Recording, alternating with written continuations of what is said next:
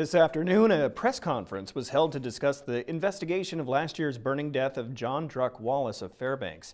Stephanie Woodard was there and has this report. It was a time for the public to ask questions. And I guess my question to the mayor is, has anybody actually confirmed whether the lab in Anchorage actually denied access to that clothing because it was sprayed with a fire extinguisher?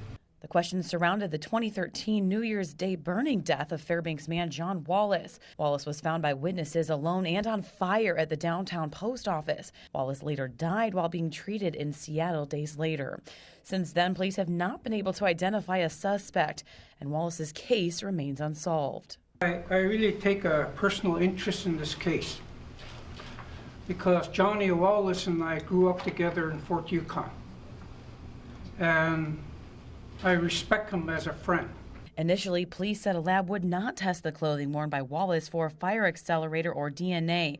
However, after a push by Mayor John Eberhardt, the clothing was sent to a private lab in Georgia. What they found was that they found a material on there that's commonly found on articles of clothing. It's not something that's specific that can lead anything or lead the investigators to any action for the ignition of the fire. Witnesses did report seeing two men inside the post office prior to the fire. Descriptions given were pretty vague.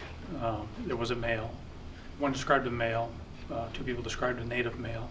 But as to what clothing the person had on or anything, it was very vague. Authorities and family members alike today pleaded for anyone in the community who may have seen something that day or may know information to come forward. But I'm just asking, as a family member, as Johnny's sister, if you have information, please come forward and share that with us. And that's all I can say. I just pray and hope for that.